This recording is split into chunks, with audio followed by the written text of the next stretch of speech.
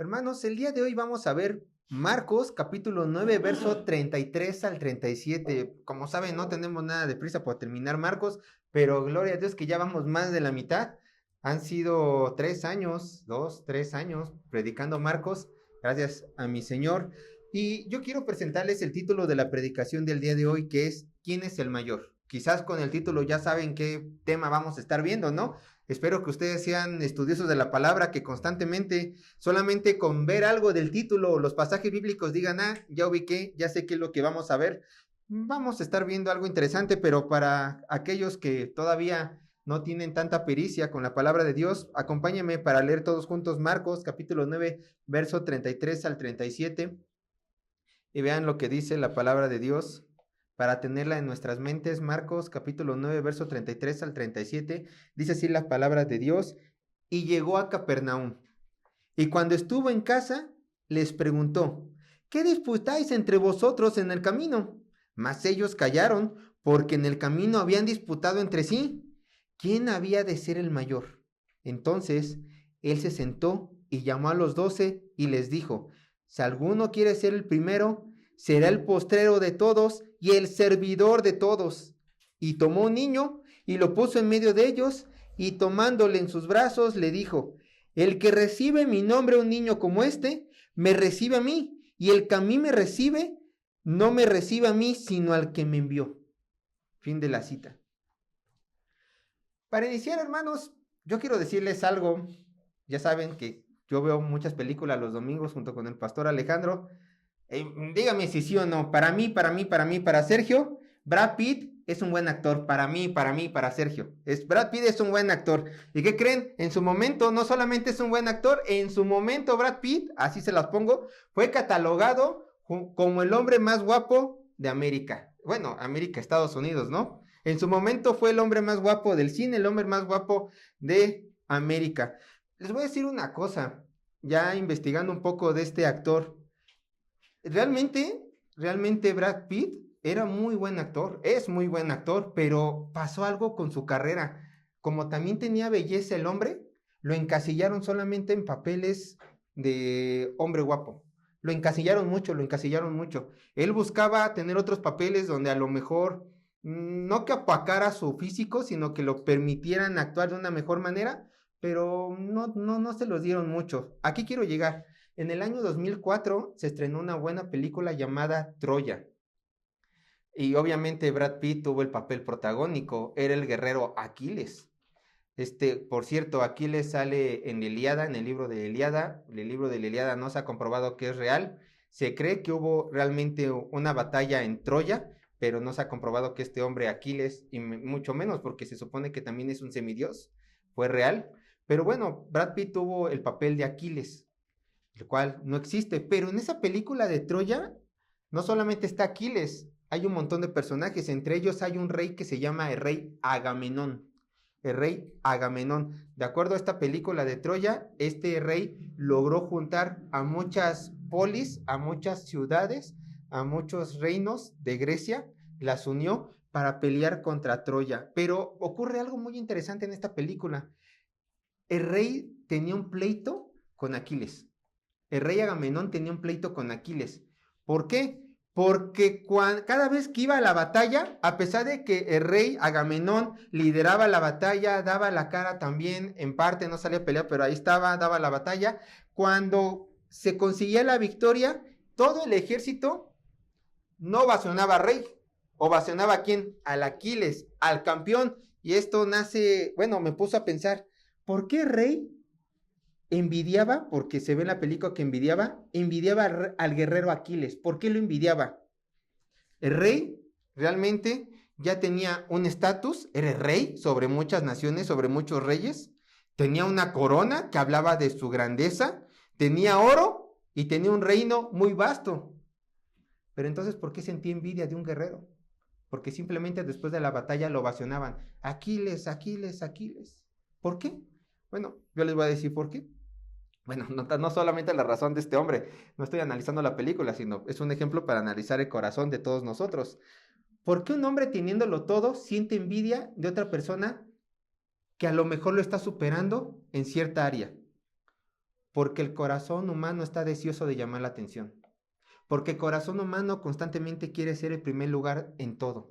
¿Y qué creen? Esto mismo le pasó a los 12 discípulos de Jesús, quienes que no se conformaron con ser los 12 apóstoles, los 12 hombres más cercanos al Señor, sino que prefirieron hacer a un lado sus obligaciones, decidieron hacer a un lado el mensaje de Dios y comenzaron a discutir entre ellos de quién sería el primero, desgraciadamente.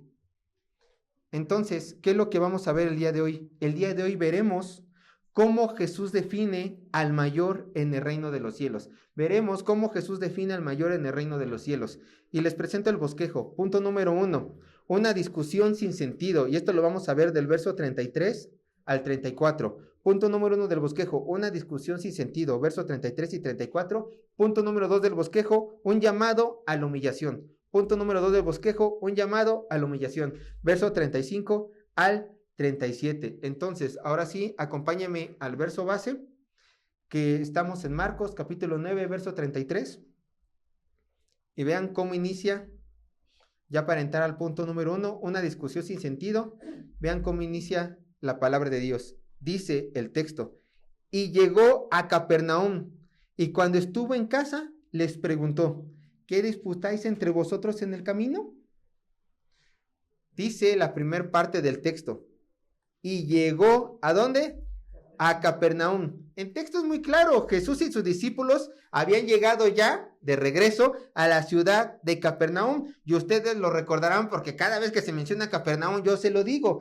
Capernaum era la ciudad donde nuestro Señor Jesucristo tenía su base de operaciones para esparcir todo su ministerio. Estaba en Capernaum, se dirigía a otro lado. Estaba en Capernaum, se dirigía a otro lado. Y después regresaba. Era su base de operaciones. Entonces, ¿qué estaba haciendo Jesucristo antes de llegar a Capernaum? Bueno, si ustedes recordarán unos versos anteriores, vayan conmigo a Marcos capítulo 9, verso 30. Nuestro Señor se encontraba en la región de Cesarea de Filipos, al norte, muy al norte de Capernaum, muy al norte de Capernaum. Se encontraba en la región de Cesarea de Filipos, se encontraba predicando el evangelio, se encontraba esparciendo el reino de Dios a muchas regiones, especialmente a esta. Pero en el momento preciso en el cual el Señor ya tenía que regresar, bueno, pues le dice a sus discípulos: ya terminamos aquí el ministerio, ya tenemos que hacer todo lo que teníamos que hacer en Cesarea de Filipos, hay que regresar. Y entonces Marcos capítulo 9, verso 30 nos indica lo siguiente: habiendo salido de allí, o sea, de la región de Cesarea de Filipos, caminaron por Galilea y no quería que nadie lo supiese. Ahora, vean el mapa. Si pueden, tienen un mapa ustedes atrás, si no, aquí está en la pantalla. Primeramente tenemos a nuestro Señor Jesucristo en la región de Cesarea de Filipos, ¿no? Pero ya había terminado de ahí lo que tenía que hacer nuestro Señor Jesucristo. Él tenía que venir a Capernaum, aquí está el nombre, Capernaum. Entonces, nuestro Señor Jesucristo tuvo que hacer un viaje donde iba a abarcar parte de Galilea, su viaje por Galilea. Y en este viaje a Galilea ocurre pues una conversación entre los discípulos. Pero antes de llegar allí, regresemos a nuestro texto base. Simplemente aquí se los pongo en el mapa para que ustedes recuerden que nuestro Señor Jesucristo estaba en Cesarea de Galilea y tuvo que hacer un viaje por esta región hasta llegar a Capernaum. Hasta ahí todo bien, ¿no? Regresamos a nuestro texto base. Dice la palabra de Dios: y llegaron a Capernaum. Marcos capítulo 9, verso 33. Y llegaron a Capernaum. Ahora, ¿de qué estaban hablando antes de llegar a Capernaum? Porque ya lo leímos. Dice el Señor Jesucristo, les pregunta, ¿qué disputaban? Había un tema que nuestro Señor Jesucristo sí les había dicho específicamente antes. Nuestro Señor Jesucristo les dijo en este camino a Capernaum, si ustedes lo recordarán unos versos antes del verso 33 de Marcos capítulo 9, nuestro Señor Jesucristo le dijo a sus discípulos que lo matarían, que resucitaría tercer día, pero que no se preocuparan porque, lo repito, iban a resucitar, él iba a resucitar, y este no era el otro más que el mensaje del bendito evangelio de nuestro Señor Jesucristo. El texto, si ustedes leen en los versículos anteriores, el verso 32 de Marcos 9, dice claramente que los discípulos no entendían este mensaje, sus mentes no acababan de comprender lo que nuestro Señor Jesucristo les estaba diciendo. Ellos ya sabían que Jesucristo era el Mesías, ellos ya sabían que Jesucristo era el enviado de Dios. ¿Cómo que el enviado de Dios iba a morir para después resucitar? No lo entendían, no lo terminaban de entender. Pero a pesar de que ellos no entendían el significado y el peso espiritual de las palabras de nuestro Señor Jesucristo, ellos sí entendieron lo suficiente como para dar inicio a una pequeña pelea. Regresemos, ahora sí, Marcos capítulo 9, verso 33. Y llegaron a Capernaum, ya hablaron lo que tenían que hablar, nuestro Señor Jesucristo ya le compartió lo que tenía que compartir. Y dice, y cuando estuvo en casa, recuerden esto, no sabemos exactamente a qué casa se refiere, pero los estudiosos dicen que muy probablemente la casa donde Jesucristo dormía cuando estaba en Capernaum era la casa de Pedro y la casa de Andrés. Probablemente. Y así nosotros lo hemos estado trabajando todos estos años. Pero no importa mucho si es casa de Pedro o de Andrés, no importa mucho. Pero simplemente ya estaban en la casa, ya estaban relajados. Y nuestro Señor Jesucristo hace la siguiente pregunta. ¿Qué disputabais entre vosotros en el camino? ¿Qué estaban discutiendo ustedes? Tengo esta curiosidad. ¿Qué estaban discutiendo ustedes? Ahora, esta pregunta es interesante, ya que tiene 2 puntos a considerar. Recuerden, estamos viendo la pregunta. ¿Qué disputabais? ¿Qué discutían entre ustedes? En primer lugar, al considerar esta pregunta, es interesante ver cómo Jesús tiene un interés peculiar por las conversaciones de sus discípulos. Recuerden, aquí le está hablando ¿a quién? En el contexto, a los 12 apóstoles, a los discípulos. En el contexto vemos que nuestro Señor Jesucristo tenía un peculiar interés por la conversación de sus discípulos. Ahora, yo te pregunto, ¿Jesucristo solamente tiene interés o tenía interés por los 12 apóstoles? No, Jesucristo también tiene interés de nuestras propias conversaciones, tiene interés de todo lo que nosotros hagamos en esta vida. Jesucristo no solamente estuvo al pendiente de la conversación de sus apóstoles, Jesucristo también está al pendiente de tus conversaciones, de tus problemas, de tus anhelos, de tus triunfos, de tus fracasos. Dios está al pendiente de todo. Y esto te tiene que hacer sentir amado. De hecho, esto tuvo que haber hecho sentirse amados a los 12 discípulos. Jesucristo estaba al pendiente de mí. Quizás Jesucristo se apartaba de sus discípulos porque él tenía que meditar. Recuerden que él estaba planeando sus predicaciones, tenía comunión con el Padre. Quizás dejaba a sus discípulos, ahorita regreso, me voy a apartar un rato. Ustedes pues platiquen, yo voy a tener que estar con comunión con el Padre. Pero veía que estaban interesados en algo. Y nuestro Señor Jesucristo no pasaba por alto absolutamente nada con lo que tenga que ver con sus discípulos. Entonces, yo te digo a ti, siéntete amado porque la misma atención que le tuvo a sus discípulos se las tiene a ti, plena, completamente. Si cuando estaba encarnado el Señor Jesucristo volteaba y decía, ellos están hablando algo, luego les pregunto, cuanto más atención no te va a poner a ti que ya está en toda su gloria, en todo su poder, en toda su omnisciencia, en toda su omnipresencia, te ve a ti en lo individual como en lo colectivo a toda la iglesia. Por eso tenemos que sentirnos amados. Ahora yo quiero que vayas a Deuteronomios 4:7 para que veas lo dichoso que somos al tener un Dios que se preocupa por nosotros, que presta atención a cada una de nuestras conversaciones, que presta atención en todo lo que estamos pasando. Deuteronomios 4:7.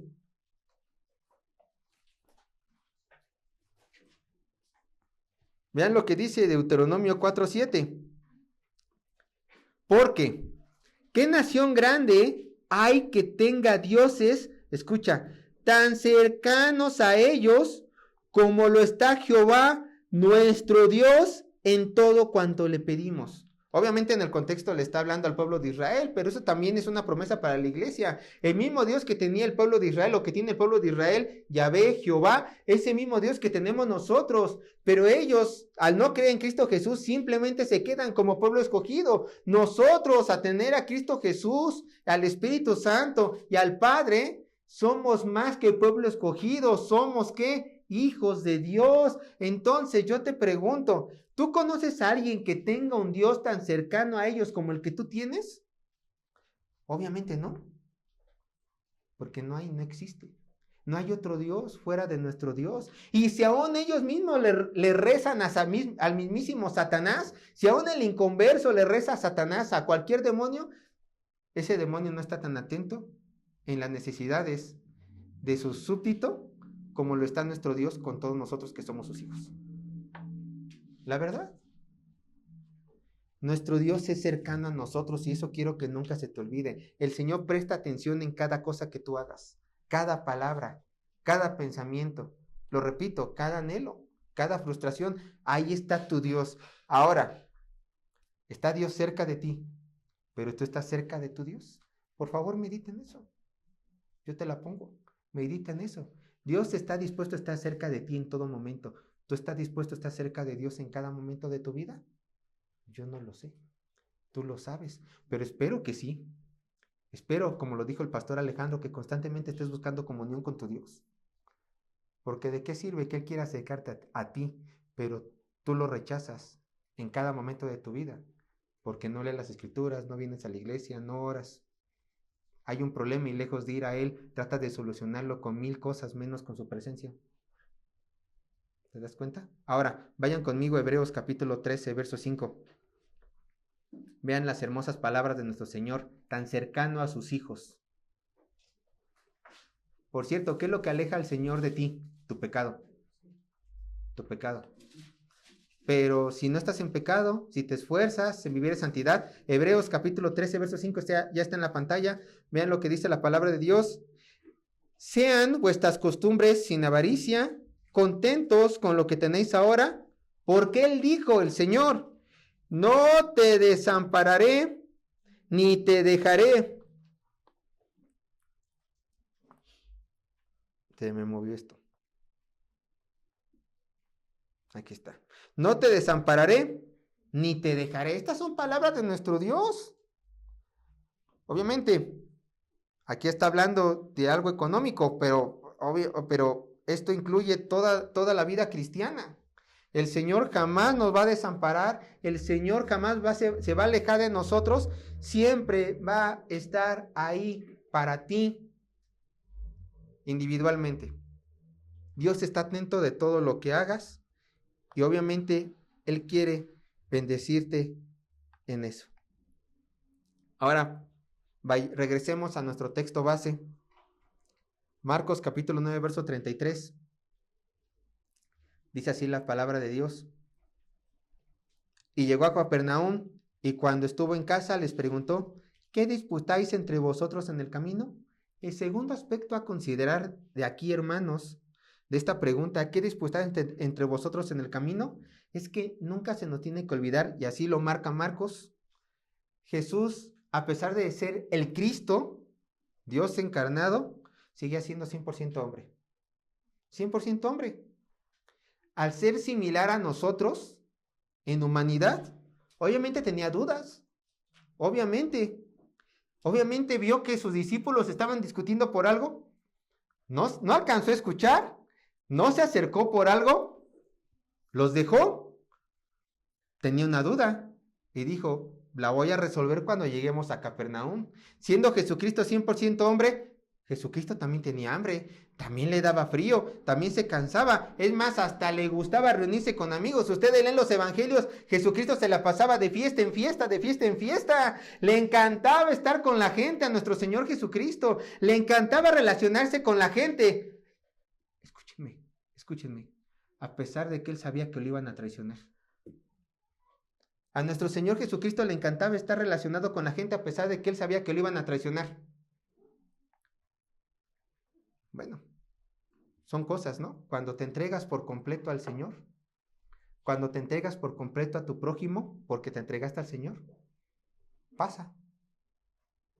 Pero vean lo que dice Hebreos 4:15, conforme a la humanidad de Cristo. Hebreos 4:15.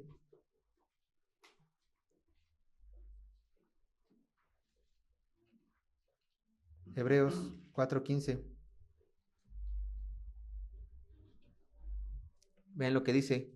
Porque no tenemos a un sumo sacerdote, o sea, nuestro Señor Jesús, que no pueda compadecerse de nuestras debilidades, sino uno que fue tentado en todo, según que nuestra semejanza, humanamente hablando, pero que sin pecado.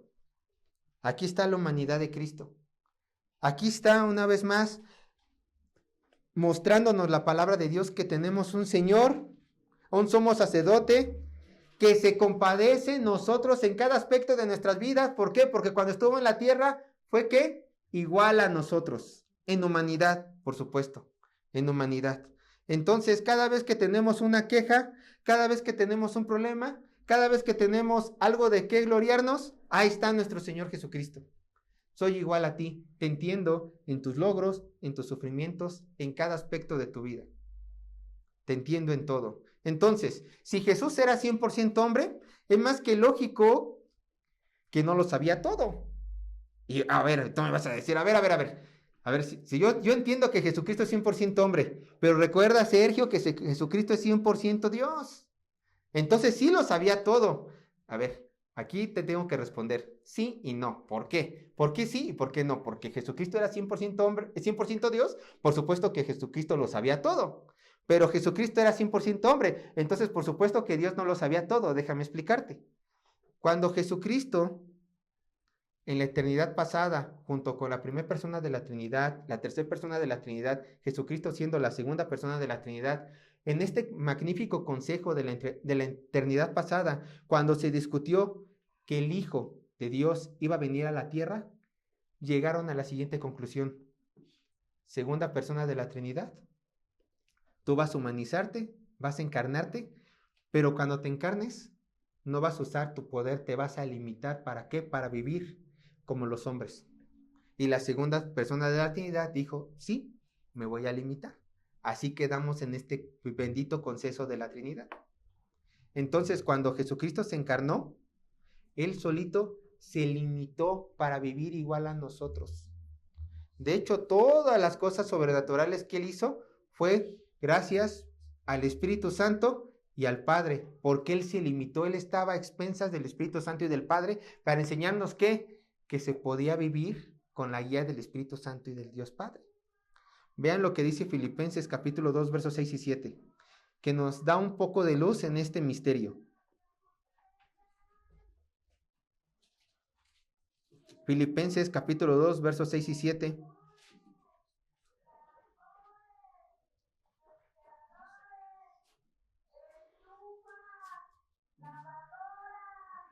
Filipenses capítulo 2, versos 6 y 7. El cual, aquí se refiere a Jesús, el cual se refiere a Jesús en el contexto. Siendo en forma de Dios, no estimó a ser igual a Dios como cosa que aferrarse, sino que, ¿qué pasó? Se despojó a sí mismo, tomando forma de siervo, hecho semejante a hombres. Esta palabra que la Reina Valera traduce despojó no es la mejor traducción. La mejor traducción es se vació. Porque esto da a entender que se quitó su divinidad, pero es imposible. Es imposible que la segunda persona de la Trinidad se quite su divinidad. Así se lo pongo, es imposible que Dios deje de ser Dios. ¿Qué es lo que esto da a entender? No, más bien se vació, y en ese vaciarse en el cuerpo humano, vaciarse en la encarnación, Él mismo se limitó en su poder. ¿Para qué? Para hacerse semejanza a nosotros, en forma de siervo. ¿Todo bien aquí? Perfecto. Regresemos a nuestro texto base. Entonces encontramos que en esta simple pregunta de Marcos capítulo 9, verso 33, ¿qué disputáis entre vosotros? Entendemos que nuestro Señor Jesucristo está cercano en nuestras conversaciones, cercano a nuestras necesidades, y entendemos que realmente cuando Jesucristo, la segunda persona de la Trinidad, vino a la tierra y se encarnó, nuestro Señor Jesucristo era 100% hombre, igual a todos nosotros, teniendo una duda. Bien. Entonces, cuando nuestro Señor Jesucristo le hace la pregunta a sus discípulos, ¿qué disputáis entre todos nosotros después de todo lo que vimos? A lo mejor ustedes podrán decir, ay, pues los apóstoles se pusieron bien contentos, nuestro Señor Jesucristo estaba interesado en lo que hacían, nuestro Señor Jesucristo, a pesar de estar muy adelantado, dijo, pues le presto atención a mis discípulos porque son mis ovejas, entonces cuando llegue a la casa les voy a preguntar, ellos debieron haber estado contentos, mi Señor Jesucristo me está preguntando, ¿tiene interés en mí? Pues, ¿qué creen? Pues no se pusieron contentos, porque no estaban hablando cosas buenas, estaban peleando, estaban discutiendo, y estaban con cara de que no, ya nos cacharon. ¿Por qué? Estaban nerviosos los discípulos. Esto lo vemos en el verso 34. Vean Marcos capítulo 9, verso 34. Recuerden, esta es la pregunta, antes de que pase la diapositiva.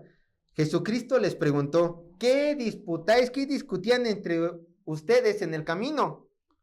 Vean lo que sigue en el verso, capítulo 9, verso 34. Mas ellos callaron, porque esta es la razón por la cual callaron, porque en el camino de Cesarea de Filipos a Capernaum, en el camino de Galilea, habían ¿qué estado haciendo? Habían disputado entre sí, se habían estado discutiendo. ¿Y qué discutían? ¿Quién había de ser el mayor? Por eso los discípulos se sintieron avergonzados, por eso se callaron de vergüenza. Dicen, chin, en lugar de que me dé gusto de que mi Señor Jesucristo me pregunte de qué estamos hablando, viene y me pregunta de algo que me va a dar vergüenza responder. A ver, ellos estaban discutiendo acaloradamente, peleándose. ¿Quién había de ser el mayor? ¿No? ¿Quién había de tener el lugar de preeminencia? El primero de todos. A lo mejor tú me puedes decir, ¿pero qué tiene de malo hablar de esto? ¿De quién ha de ser el mayor? Es algo natural que entre nosotros escojamos líderes. A lo mejor tú puedes decir, ¿no? Bueno, vamos a tocar este tema más adelante, pero antes de tocar eso, yo quiero que recuerdes las palabras que nuestro Señor Jesucristo les dijo a sus discípulos en el camino a Galilea. Ya lo vimos, pero quiero que lo veamos en un texto bíblico. Marcos 9:31. Recuerden, estaban en Cesarea de Filipos, terminaron de hacer el ministerio, ¿a dónde se dirigían? A Capernaum. Iban caminando por los caminos de Galilea para llegar a Capernaum, y antes de esta discusión, nuestro Señor Jesucristo les dijo algo muy interesante. Marcos capítulo 9, verso 31. ¿Qué dice? Él les decía, el Hijo del Hombre será entregado en manos de hombres, ¿y qué? Le matarán, pero después de muerto, ¿qué va a pasar? Resucitará al tercer día. Jesús, camino a Capernaum, en los caminos de Galilea, Jesús le dijo a sus discípulos que él iba a morir. Les dijo que no tardaría mucho tiempo para que él ya no estuviera entre ellos. Y lo primero que hicieron los apóstoles después de haber escuchado estas palabras donde su maestro les dice que iba a morir, que ya los iba a dejar, que no iba a tardar mucho tiempo, lo primero que hacen los apóstoles, los hombres más santos, más entregados, más cercanos a Jesús, fue repartirse el pastel. Es lo que hicieron, se repartieron el pastel. En vez de meditar en las palabras de su maestro, lo primero que hicieron fue discutir para ver quién seguía en el mando. ¿Se acuerdan que en el verso 32 dice, y no entendían? Bueno, pues nada mensos, no entendían lo suficiente, pero sí entendían esto. Mi maestro no va a estar, ¿quién va a ocupar el lugar? Yo digo que yo creo que yo sería el mejor para ocuparlo. Ahí tenemos a Pedro, a Andrés, a Juan, a Judas, a Santiago, todos peleándose. El maestro ya dijo que se va a ir. No entendí lo demás, pero sí entendí que lo van a matar. Pues yo sigo, ¿no? Yo sigo.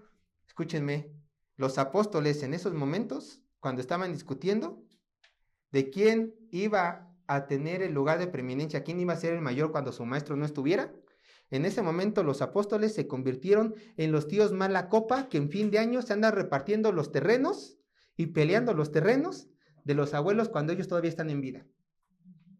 Y ahí dicen, sí, mis tíos eran así. Miren, yo gracias a Dios, mis tíos nunca fueron así, ¿no? Pero pues están los memes, ¿no? Pero bueno, se convirtieron en esos tíos mala copa. Los que hayan vivido eso, pues se darán cuenta cómo se peleaban, ¿no? Cuando todavía los abuelitos allá andaban. Entonces, hermanos, regresando a la pregunta, por eso los apóstoles tuvieron vergüenza cuando nuestro Señor Jesucristo les preguntó lo siguiente: ¿qué disputáis entre vosotros en el camino? ¿Qué disputáis? Repito, lo que los apóstoles disputaban no era como iban a expandir el reino de Dios, no estaban peleando, discutiendo cómo servirían mejor al pueblo judío con sus dones que el Señor ya les había dado, ni mucho menos estaban discutiendo de cómo conseguir la sabiduría de su maestro porque éste ya los iba a dejar y necesitaban más poder de Dios en sus vidas. No, simplemente estos hombres, estos 12 hombres, estos 12 apóstoles, estos líderes entre los discípulos, porque a fin de cuentas ya eran líderes, se estaban peleando el trono de su Señor. Se estaban peleando la corona de su Señor. Esto era un problema serio, hermanos. Esto era un problema muy serio. Y por eso mismo el Señor no lo podía dejar pasar, porque vio en sus discípulos cuando le contestaron que ellos no estaban colocando sus ojos en el reino de los cielos. Luego se habían desviado y colocando sus ojos en las cosas terrenales. ¿A poco así no nos pasa a muchos de nosotros? Su pecado de ellos fue buscar quién es el primero. Pero ¿cuál es tu pecado que te impide ver el reino de los cielos? Y simplemente te atoras en ese pecado y tu vista no pasa de lo terrenal. Tenemos que dejar eso atrás. Pero gracias a Dios que tenemos aún las palabras de nuestro Señor Jesucristo en su santa palabra para exhortarnos. Vean cómo Él exhorta a sus discípulos en estos versos. Marcos capítulo 9, verso 35. Cuando sus discípulos se negaron a dejar sus ojos, a quitar sus ojos de lo terrenal para ponerlo en lo celestial, vean la contestación de nuestro Señor Jesucristo. Marcos capítulo 9, verso 35. Ya estamos en el punto 2 del bosquejo. Un llamado a la humillación, verso 35 al 37, pero vamos a leer Marcos capítulo 9, verso 35. Vean lo que dice la palabra de Dios. Entonces, él se sentó y llamó a los 12 y les dijo: si alguno quiere ser el primero, será el postrero de todos y el servidor de todos. Nos vamos a detener tantito en la primera frase. Entonces, él se sentó y llamó ¿a quiénes? A los 12, que a fin de cuentas eran los que estaban discutiendo. Pero miren, a lo mejor nosotros como mexicanos no entendemos el significado de la palabra se sentó. Jesucristo se sentó. ¿Por qué? Porque en nuestro contexto el sentarse pues es algo a lo mejor muy normal. Voy a hablar con alguien, simplemente me voy a sentar. Estoy cansado, me voy a sentar, ¿no? Pero recordemos quién es el que está escribiendo el Evangelio de Marcos. Lo está escribiendo Marcos, quien tenía sangre judía. Y él entendía las tradiciones judías, por supuesto. Y como él entendía las tradiciones judías, él, de relatos de Pedro, quiso colocar esto en el texto. ¿Saben cuándo alguien se sentaba? Bueno, primeramente, antes de ver eso, Jesucristo era el maestro de los 12. ¿Cierto? Sí, Jesucristo era el maestro de los 12. Cuando los maestros de la palabra de Dios en tiempos de Jesús, los rabís, querían dar una enseñanza, no lo hacían parados como en México. No se paraban y empezaban a caminar como aquí lo haríamos en México, como los maestros de nuestras aulas. Cuando un maestro quería dar una enseñanza en tiempos de Jesús, lo primero que hacía era ¿qué? Sentarse. Él se sentaba para dar una enseñanza. Entonces, cuando Marcos dice, él se sentó, Marcos automáticamente quiere que su audiencia diga, Jesucristo les iba a enseñar algo. Jesucristo les iba a enseñar algo. O sea, esto no solamente ameritaba para unas cuantas palabras de exhortación. Jesucristo quiso ocupar la oportunidad para enseñarles algo importante. Es como, solamente con esta frase, él se sentó, es como si Marcos escribiera que Jesucristo le dijo a sus discípulos, vengan muchachos, vengan, vengan, tengo algo que enseñarles, algo muy importante, así que por favor préstenme atención. Prácticamente es como si nuestro Señor Jesucristo les dijera esto. Y esto nos debe de recordar algo, hermanos, que no importa nuestros cargos o títulos que tengamos en el reino de Dios, o sea, en la iglesia. No importa todo el tiempo que hayamos pasado como cristianos, no importa. Constantemente nosotros, todos nosotros, constantemente necesitamos de la presencia y la exhortación de Dios por medio de las Escrituras. ¿Para qué? Para adquirir sabiduría. Estos 12 apóstoles tenían un gran rango, eran los 12 entre los demás discípulos y Jesucristo en aquel momento tenía varios. Pero Jesucristo no dudó en darles una instrucción personal a ellos, recordándonos que a pesar de tener un rango sobre rangos como los apóstoles, nosotros también constantemente necesitamos ser exhortados por medio de la palabra de Dios. Necesitamos ser instruidos por nuestro Señor Jesucristo, por medio de su revelación escrita. ¿Para qué? Para no pecar. Ahora, tú a lo mejor me dirás, pero pastor Sergio, yo leo la Biblia en mi casa y quiero ser exhortado por Dios, quiero aprender nuevas cosas de parte de mi Dios por medio de mi estudio personal, pero te voy a ser honesto, no entiendo mucho de lo que leo. ¿Qué hago? Bueno, primero déjame decirte algo, es normal hasta cierto punto que no entiendas todo lo que lees, es normal. ¿Por qué? Porque no todo lo que aprendemos de la palabra de Dios lo vamos a aprender por nuestra cuenta. El Señor ha establecido maestros y pastores que nos enseñen. Hay cosas muy sencillas que podemos aprender en la palabra de Dios. Cosas muy simples. De hecho, casi todo lo que vamos a encontrar en la palabra de Dios son cosas tan simples, así las diseñó Dios, para que el más inculto de todos nosotros, yo primero, los podamos entender para vivirlas. Pero hay cosas que a lo mejor nos va a costar trabajo, quizás por nuestro contexto, quizás por nuestra falta de estudio, de preparación profesional, quizás por mi pecado. Entonces ahí necesitamos un cierto grupo de personas que Dios estipuló. ¿Para qué? Para bendición de la iglesia. Vayan conmigo a Efesios capítulo 4, versos 11 y 12.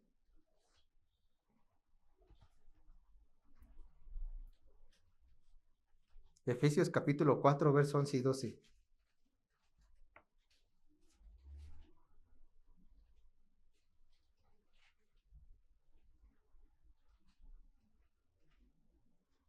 Vean lo que dice Efesios capítulo 4, verso 11 y 12.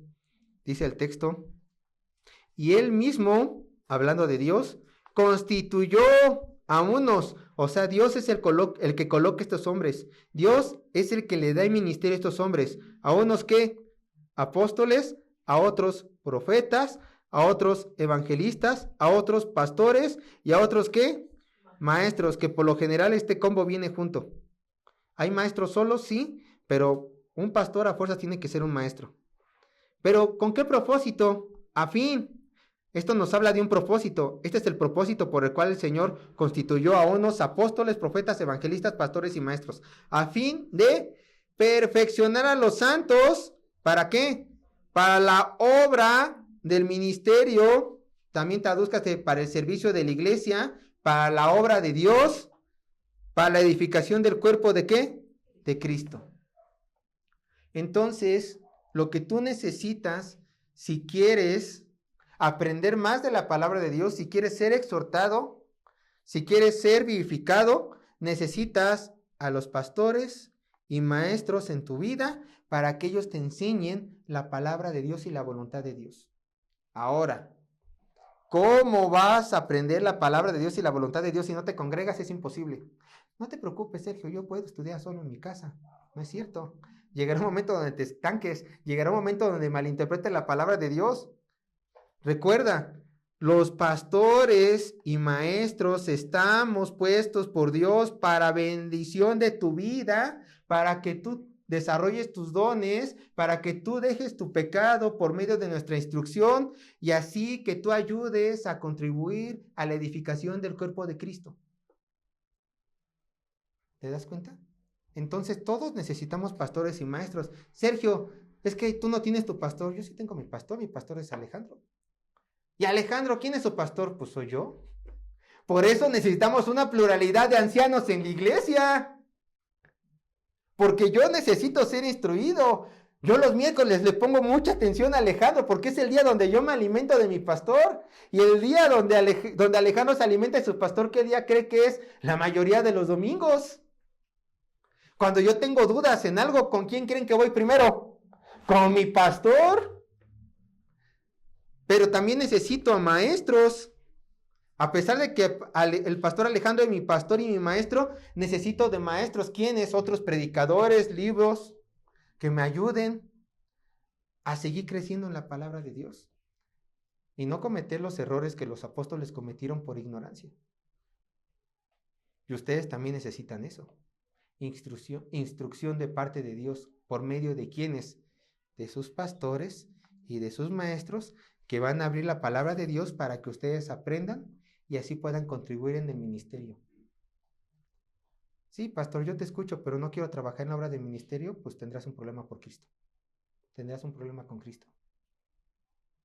Yo estoy aquí para hacerte saber la voluntad de Dios. Bueno, si tú no quieres hacer la voluntad de Dios, porque prefieres vivir en tu pecado, pues entonces yo no creo que pueda hacer mucho. Si desobedeces al Espíritu Santo, ¿qué me espero yo? ¿Qué me espero que me hagas caso a mí? Obviamente no mucho, obviamente no mucho. Pero si tú desobedeces al Espíritu Santo, te pondría a duda. ¿Eres realmente cristiano? Un cristiano obedece. Esto lo aprendí de un pastor. La oveja no necesita que su pastor le esté acarreando. Llámese yo, llámese el pastor supremo Cristo. La oveja no necesita que un pastor le diga, deja de mentir, deja de robar, deja de fornicar, anda, ve a estudiar. ¿No? Una oveja, ¿qué hace? Escucha la voz y obedece. Pero ¿quiénes sí son bravas? Las ovejas. Las cabritas, los cabritos. No estoy hablando al tanteo, ¿no? De ustedes bravos, no. Los cabritos son los bravos. Pero hay una parábola donde dice que o eres oveja o eres cabrito. Si eres oveja, eres de Cristo. Si eres cabrito, desobediente, al no querer hacer la voluntad de Dios, no eres hijo de Él. No eres hijo de Él. Pero entonces, nuestro Señor Jesucristo, regresando a nuestro texto base, Marcos capítulo 9, verso 35, les dice a sus apóstoles, entonces Él se sentó, porque les quería instruir, y llamó a los 12, y les dijo lo siguiente, si alguno, refiriéndose primeramente a los 12, si alguno quiere ser el primero, será que el postrero de todos y el servidor de todos. A ver, hermanos, sin duda estas palabras debieron de haber chocado en la mente de los apóstoles. ¿Por qué? Porque estas palabras chocan con las enseñanzas del mundo. El mundo no las puede comprender. Por lo general, todos los hombres buscamos la gloria, todos los hombres buscamos, hombre y mujer, buscamos todos los primeros lugares, todos buscamos el cuadro de honor y todos buscamos ser reconocidos por las demás personas, por lo mejores que llegamos a ser o por una cualidad X o Y que nosotros podamos desarrollar. Todos queremos ser los mejores y el mundo, ¿qué crees? Te alienta a ser el mejor, te alienta constantemente a ser el mejor. Tú tienes que buscar los primeros lugares. A eso ya estamos nosotros, tanto por la sociedad como por nuestro pecado, ya estamos programados. Yo tengo que buscar los primeros lugares. Ahora, tú me vas a decir, Sergio, ¿está mal ser el mejor empleado de mi trabajo? ¿Está mal ser el mejor estudiante? ¿Está mal ser el que mejor se porta en la iglesia? ¿Está mal querer ser el mejor? No, no está mal. O sea, solamente les quiero poner esto y no se me vayan a confundir. No está mal querer ser el primero. No está mal. Entonces, ¿qué es lo pecaminoso? La soberbia y la altivez y el menosprecio por las personas que desarrollas en tus corazones al querer ser el primero sobre todos. O sea, no está mal anhelar ser el primero. Está mal que tú permitas que crezca en tu corazón soberbia, altivez y el menosprecio al resto, porque tú eres el primero. Eso es lo pecaminoso. Entonces nuestro Señor Jesucristo estaba viendo esto en los corazones de sus apóstoles. No está mal de ver quién es el líder, porque iba a haber un líder. ¿Quién terminó siendo el líder? Pedro. Y el segundo, ¿quién fue el que lo mataron rápido? Santiago, Jacobo. Él es segundo a mando. Pero Jesucristo no estaba peleado con eso, estaba peleado con la intención de su corazón. ¿Qué estaban haciendo? Estaban hablando quién iba a ser el que iba a tomar el papel de su maestro tranquilamente. No, dice el texto, estaban ¿qué? Discutiendo. Y entonces, hermanos, las escrituras, Dios mismo, ¿cómo ve y cómo trata a estos hombres que con soberbia, con altivez y menosprecio al resto, tratan de ser los primeros lugares? Vamos a ver rápidamente algunos pasajes. Vayan conmigo a 2 de Crónicas, capítulo 32, verso 14. Esta es la pequeña historia de un rey asirio llamado Sennacherib, quien tuvo la brillante idea de meterse con el pueblo judío, con el pueblo de Dios, y en tiempos de rey Ezequías quiso gobernar a esa nación. 2 de Crónicas, capítulo 32, verso 14. Vean las palabras que este hombre le dijo al pueblo de Dios y obviamente a Dios. Dice: ¿qué Dios hubo entre todos los dioses de aquellas naciones que destruyeron mis padres, que pudiese salvar a su pueblo de mis manos? ¿Cómo podrá vuestro Dios libraros de mis manos? Este hombre se creía el número uno entre todos los reyes. Este hombre ya había tenido muchas victorias. Dijo: nadie me ha derrotado. Hay soberbia en su corazón. Si he peleado contra todos los pueblos y todos los pueblos que he derrotado le han orado a sus dioses y ninguno le ha ayudado, ¿quién eres tú, Judá? ¿Quién es tu Dios para que hoy te ayude? Hay soberbia, hay altivez en su corazón. ¿Qué le pasó? 2 de Crónicas, capítulo 32, verso 21. Vean lo que dice, unos versículos abajo. Y Jehová envió un ángel, el cual destruyó a todo valiente y esforzado y a los jefes y capitanes en el campamento del rey de Asiria. ¿Qué hizo este rey? Con la cola entre las patas. Este se volvió, por tanto, avergonzado a su tierra, y entrando en el templo de su Dios, ahí lo mataron a espada sus propios hijos. Dios avergüenza a los altivos de corazón. Otro rey que el Señor avergonzó, Nabucodonosor, rey del poderosísimo imperio de Babilonia. De hecho, en la visión de Daniel, el imperio babilónico era el imperio de oro, un gran imperio. ¿Qué le pasó a este rey? Que el Señor le permitió conquistar a su pueblo. Daniel capítulo 4, verso 29 al 33. Daniel capítulo 4, verso 29 al 33. Daniel capítulo 4, verso 29 al 33 dice: al cabo de 12 meses, paseando en el palacio real de Babilonia, habló el rey y dijo: Nabucodonosor, ¿no es esta la gran Babilonia que yo edifiqué para casa real con la fuerza de mi poder y para gloria de mi majestad? Aún estaba la palabra en la boca del rey cuando vino una voz del cielo: a ti se te dice, rey Nabucodonosor, el reino ha sido quitado de ti, y de entre los hombres te arrojarán, y con las bestias del campo será tu habitación, y como a los bueyes te apacentarán, y 7 tiempos pasarán sobre ti, hasta que reconozcas que el Altísimo tiene el dominio en el reino de los hombres, y lo da a quien él quiere. En la misma hora se cumplió la palabra sobre Nabucodonosor, y fue echado de entre los hombres, y comía hierba como los bueyes, y su cuerpo se mojaba con el rocío del cielo, hasta que su pelo creció como plumas de águila, y sus uñas como las de un ave.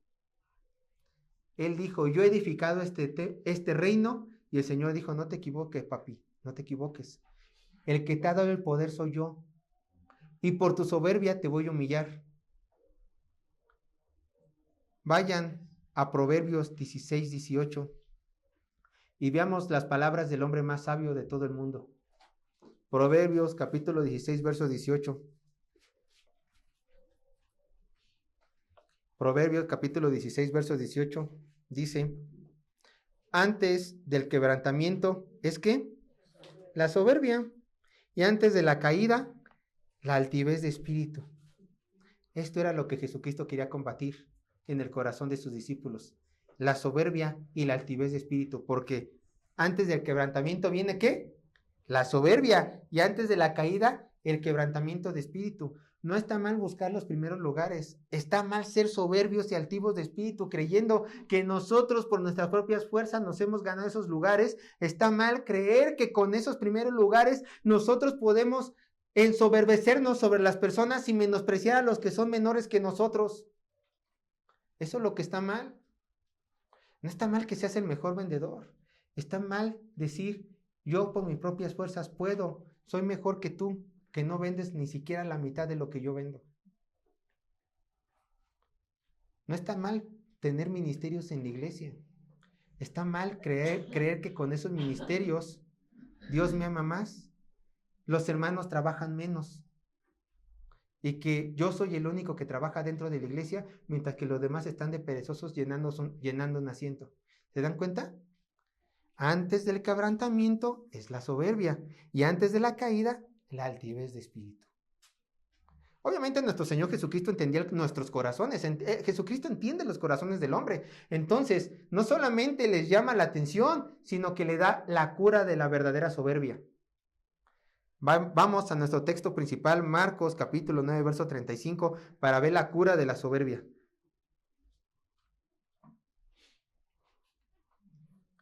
Entonces, repito desde el principio, entonces él se sentó y llamó a los 12 y les dijo, si alguno quiere ser el primero, será el postrero de todos y el servidor de todos. En el reino de los cielos, hermanos, ser el primero y el más grande no es aquel que se siente en el trono más alto y permite que los demás con un abanico lo traten como rey, ¿no? No, para nada. El mayor del reino de los cielos es aquella persona que se dedica en cuerpo y en alma a servir al prójimo, a servir al hermano que tiene al lado, sin esperar nada a cambio. Y es de esta forma en donde el primero voluntariamente se vuelve el último. ¿Es así? Tenemos el mayor ejemplo de esto, hermanos. Nuestro Señor Jesucristo, horas antes de ser crucificado, en el aposento alto. ¿Qué hizo con sus discípulos? Hizo algo que le correspondía al más vil de los esclavos de la casa, al más pequeño de los esclavos de la casa, lavar los pies de los discípulos. Cuando alguien entraba a una casa, el más pequeño de la casa, el esclavo más pequeño, más indigno, lavaba los pies de los invitados. Jesucristo, ¿qué hizo? Se comportó, siendo el Rey de Gloria, siendo el Rey de Reyes, el Señor de Señores, se comportó como el más pequeño de la casa, como el más significante, como el de menor valor. ¿Y qué hizo? Le lavó los pies a sus discípulos. ¿A quién incluido? A Judas.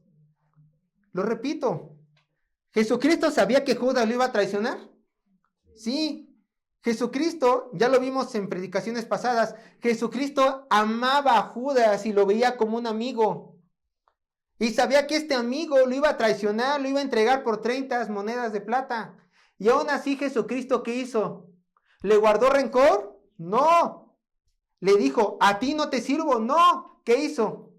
Perdonó y sirvió. Pero él era Dios, pero también era hombre. Ya los atoré por eso, porque Jesucristo también era hombre. Lo mismo que ustedes piensan que Jesucristo también pensó, pero él no cayó en pecado. Él se entregó a los más pequeños. Hermanos, y muchas veces los más pequeños son los que más nos defraudan. Pero hay que amarlos. Si son hermanos en Cristo, hay que amarlos. Él no es hermano en Cristo. Bueno, es tu enemigo. ¿Y qué te manda? Pues también amarlo y a perdonarlo. Pues sí. Pues sí. Así de simple. Ve el ejemplo de nuestro Señor Jesucristo. Regresemos a Filipenses, capítulo 2, verso 6. Ahora vamos a incluir un verso más, al 8. Hermano, hermana, si el Rey de Gloria, escucha, Si el Rey de Gloria se humilló y sirvió y perdonó, ¿quién eres tú, pecador, para no hacerlo?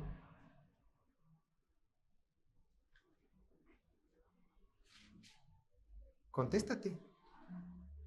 Contéstate. Y si no quieres contestarte, yo lo digo, tú no eres nadie. ¿Por qué? Porque has sido escogido por gracia, igual que nosotros. Entonces, lo que por gracia recibiste, por gracia da. Si perdón recibiste, perdón da. Si has recibido servicio de parte de nuestro Señor, que todos lo hemos recibido en sus misericordias, tú también sirve a tus hermanos de la iglesia.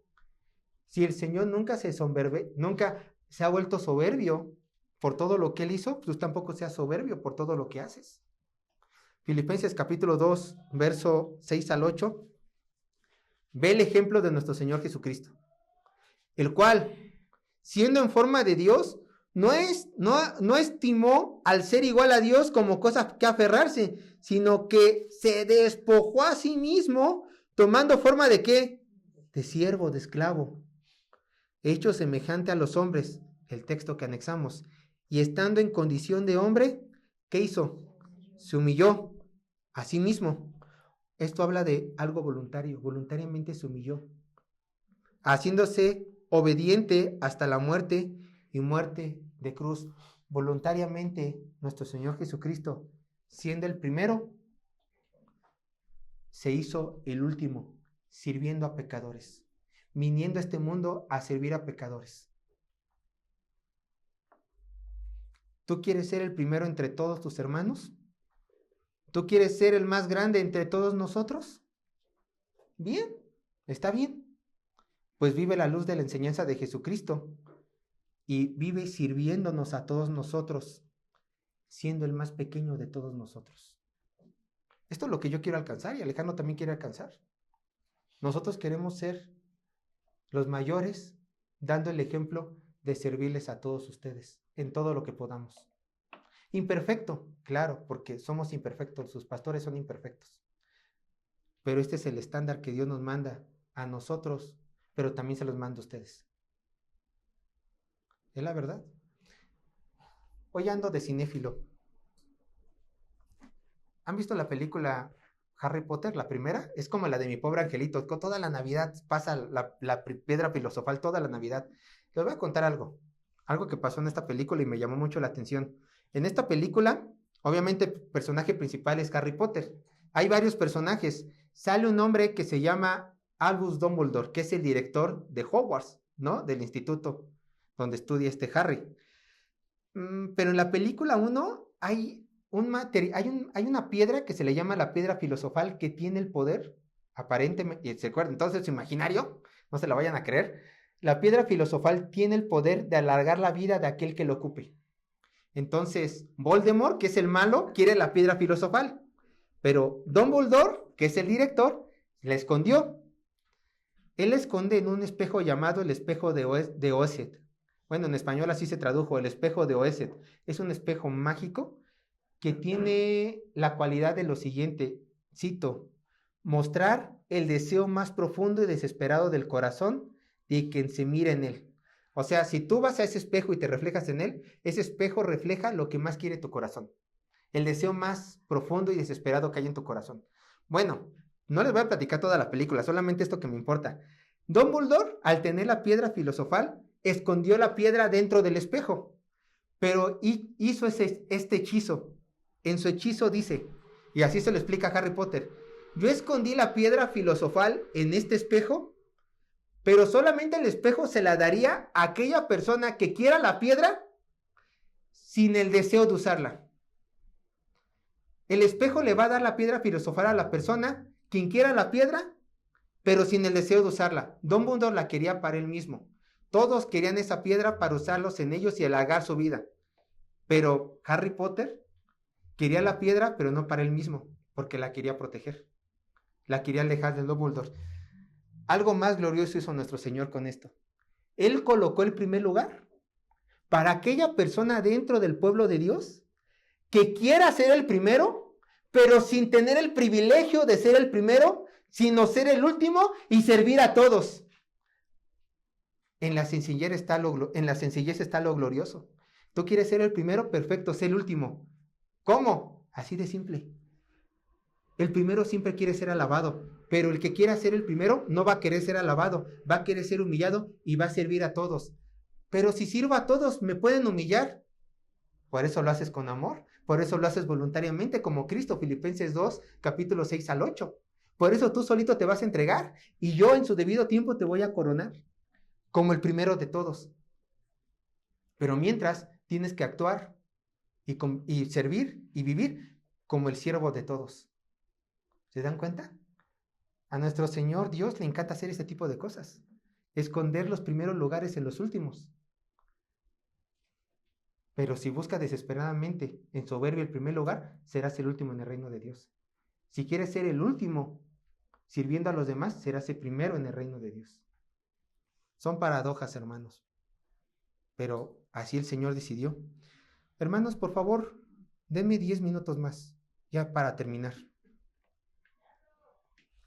El Señor no se quiso quedar solamente allí con esta instrucción. El Señor quiso dar un ejemplo práctico de cómo vivir a la luz de esta verdad. El que quiera ser el primero tendrá que ser el último y servir a todos los demás. Vayan conmigo a Marcos capítulo 9, verso 36 y 37.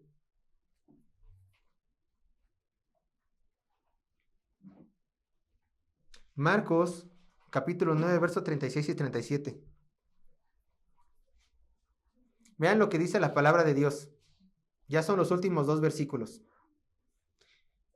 Y tomó un niño, o sea, después de haberles dado esta instrucción, y tomó un niño y lo puso en medio de ellos.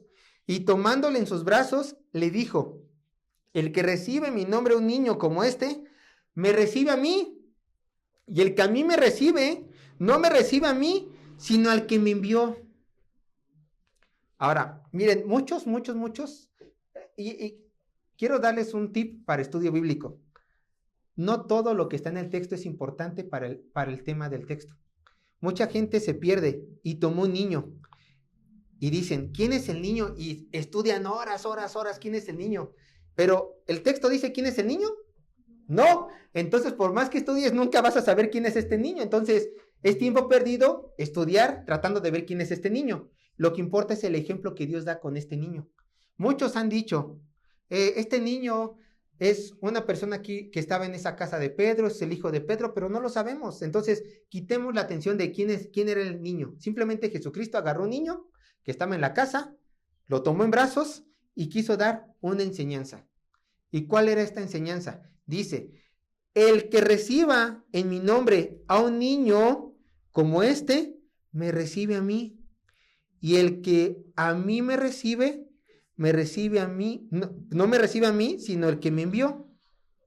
Ahora, a lo mejor al leer una leída a este texto, una leída rápida, uno puede decir, el Señor está diciendo, después de decirle a sus discípulos que el primero será el último, porque va a servir a los demás, el Señor cambia de tema y le está diciendo que tienen que hacerse cargo de los niños, huérfanos, desamparados, que tienen problemas. No creo que esta sea la interpretación correcta. ¿Por qué? Porque recuerdan que hay un hilo conector con los versículos anteriores. ¿Qué está haciendo aquí Jesucristo? Está dando un ejemplo. Está agarrando un niño para dar un ejemplo espiritual. ¿Qué significa el niño, hermanos? Más bien, primero, antes de contestar qué significa el niño, ¿quiénes eran los niños en tiempos de Jesús? Los niños en tiempo de Jesús eran el extracto social más bajo del pueblo de Israel. Bueno, si de por sí en tiempos de Jesús, pues las mujeres también eran vistas en un estrato social bajo, los niños, mientras no llevaran una madurez de edad, también eran considerados un extracto aún más bajo que la mujer. Obviamente Jesucristo le da dignidad a la mujer y le da dignidad a los niños.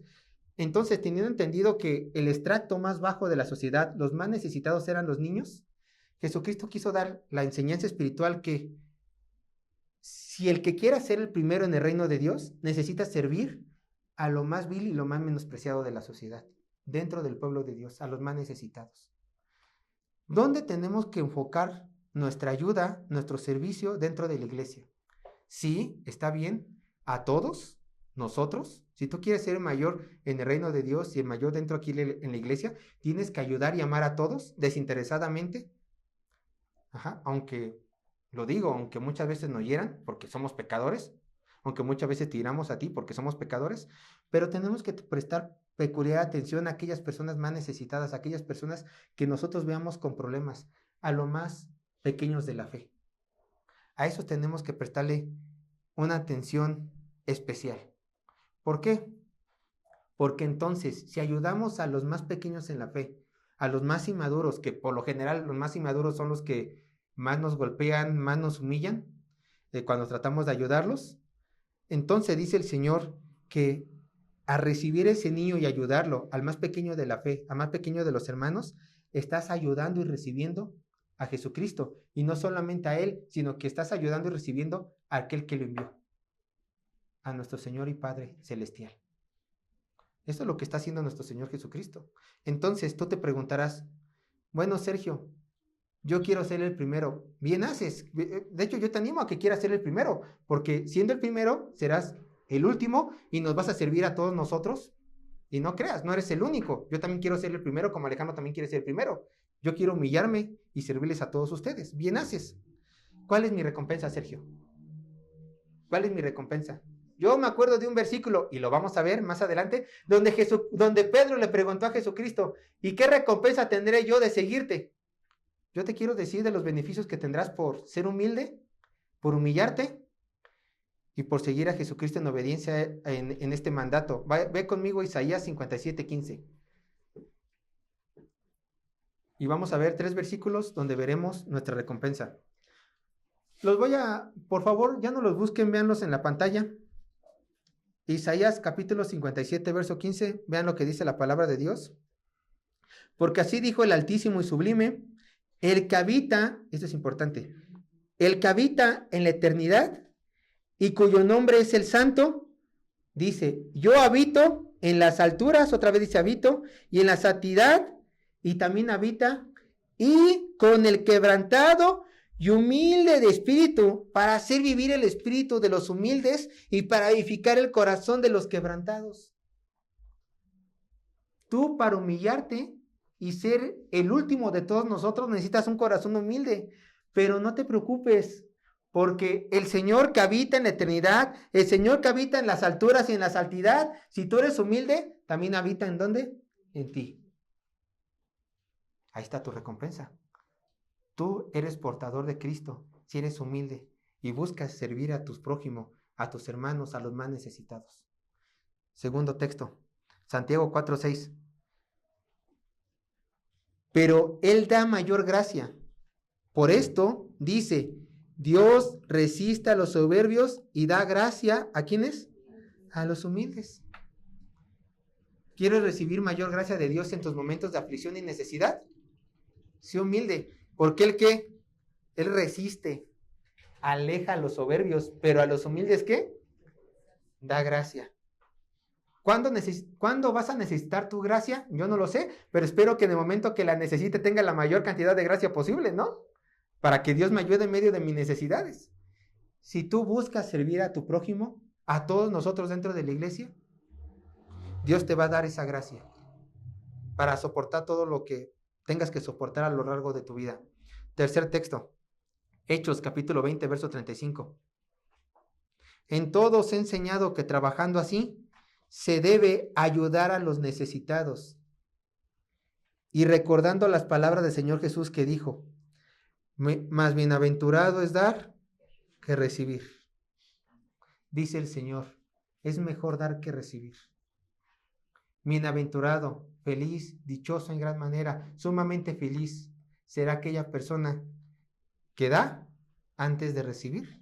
Y si tú quieres ser el primero, te convertirás en el último y muy probablemente no te van a dar.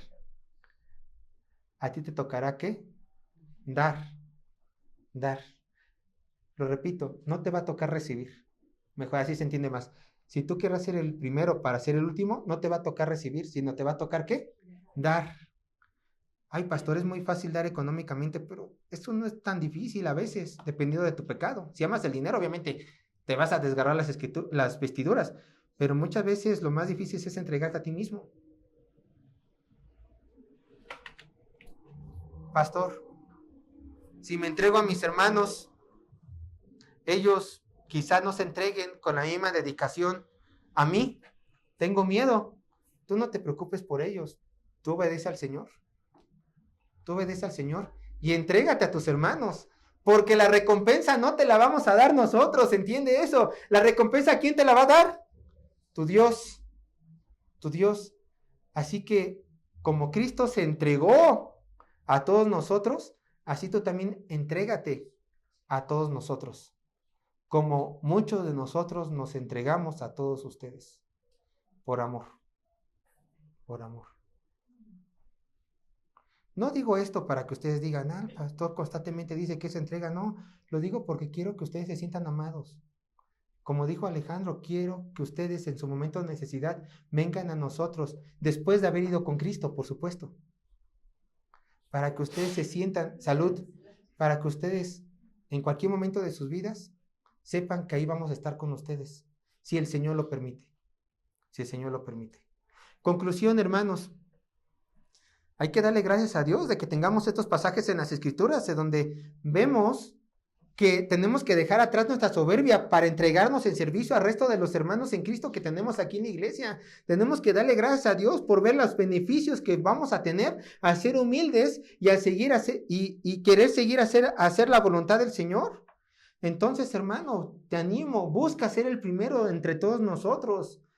Pero también prepara tu corazón, porque en la búsqueda de esa preeminencia tendrás que humillarte a todos nosotros, pero tendrás una recompensa. Tendrás una recompensa, pero no olvides esto. Por mucho que quieras ser el primero, solamente hay uno que merece toda la gloria. Y por eso tú te humillas. Cristo, nuestro Señor, Rey de Reyes y Señor de Señores. Dios les bendiga, hermanos.